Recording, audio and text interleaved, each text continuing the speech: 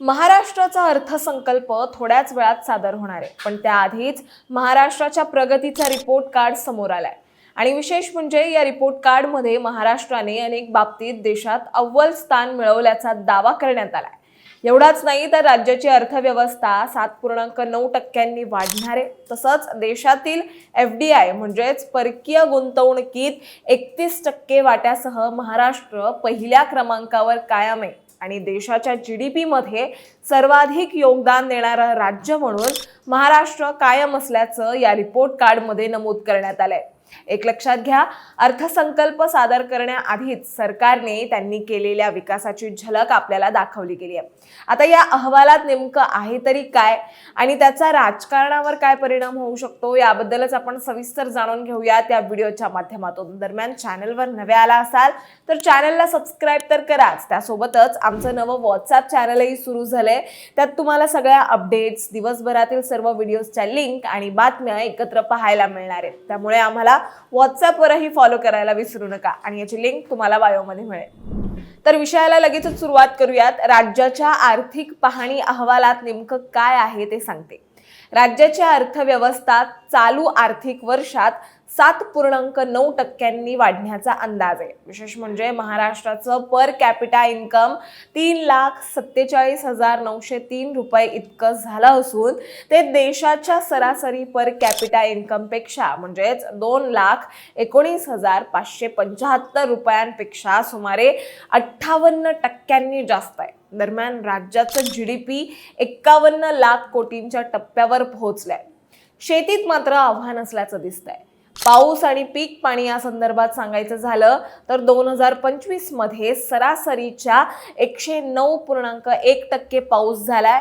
खरीप पेरणी 157 लाख हेक्टरवर झाली असली तरी कडधान्य उत्पादनात काहीशी घट अपेक्षित आहे. तरीही अतिवृष्टी आणि अवकाळी पावसाचा फटका बसलेल्या 116 लाख शेतकऱ्यांना 9,022 कोटींची मदत मंजूर करण्यात आली आहे. महत्त्वाचं म्हणजे शेतीसाठी 7.37 लाख सौर कृषी पंप बसवण्यात आले. बरं, दुसरीकडे गुंतवणूक आणि उद्योग क्षेत्रांबद्दल सांगायचं झालं तर परकीय गुंतवणुकीत म्हणजेच FDI मध्ये देशातील एकूण परकीय गुंतवणुकींपैकी 31% हिस्सा महाराष्ट्राचा असून राज्य पुन्हा एकदा पहिल्या क्रमांकावर आहे. तसेच MSME क्षेत्रात राज्यात 63.85 लाख सूक्ष्म, लघु आणि मध्यम उद्योगांची नोंदणी झाली असून त्यातून 2.52 कोटींहून अधिक लोकांना रोजगार मिळालाय.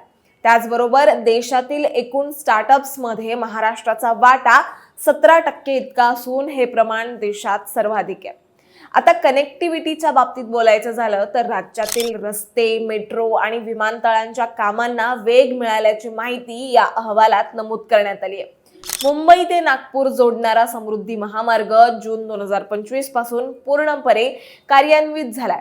तर डिसेंबर 2025 पासून नवी मुंबई विमानतळावरील विमान सेवा सुरू झाली असून यामुळे मुंबईवरील ताण कमी झालाय. त्यासोबतच मुंबई मेट्रो लाईन 3 म्हणजेच कुलाबा, वांद्रे, सिप्स ही ऑक्टोबर 2025 पासून सुरू झाली असून दररोज 78,000 प्रवासी याचा लाभ घेत आहेत अशी माहिती या अहवालात देण्यात आली आहे. बरं, पुढे सामाजिक कल्याण आणि गृहनिर्माण या संदर्भात सांगायचं झालं तर नोव्हेंबर 2025 पर्यंत 4.9 कोटी शिवभोजन थाळ्यांचं वाटप झालंय. तसेच प्रधानमंत्री आवास योजनेतून नागरी भागात 8.75 लाख आणि ग्रामीण भागात 16.5 लाख घरांची निर्मिती पूर्ण झाली आहे. त्याचबरोबर जल जीवन अभियानांतर्गत 90%हून अधिक कुटुंबांना घरापर्यंत पाणी पोहोचलंय.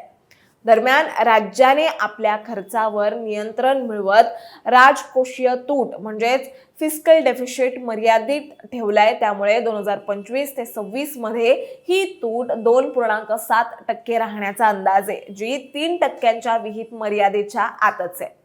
शेवटी एक लक्षात घ्या, एकीकडे महाराष्ट्राची अर्थव्यवस्था वेगाने वाढत असल्याचा दावा सरकारकडून केला जातोय, मात्र दुसरीकडे या आर्थिक आकड्यांवरूनच राजकारणही रंगण्याची शक्यता आहे, कारण सरकार हा अहवाल दाखवत महाराष्ट्र विकासाच्या मार्गावर असल्याचा दावा करते, तर दुसरीकडे विरोधक मात्र महागाई, शेतकरी प्रश्न आणि बेरोजगारी यासारख्या मुद्द्यांवरून सरकारला घेरण्याची शक्यता आहे। त्यामुळे अर्थसंकल्पीय अधिवेशनात या आकड्यांवरून सत्ताधारी आणि विरोधकांमध्ये जोरदार राजकीय संघर्ष पाहायला मिळू शकतो।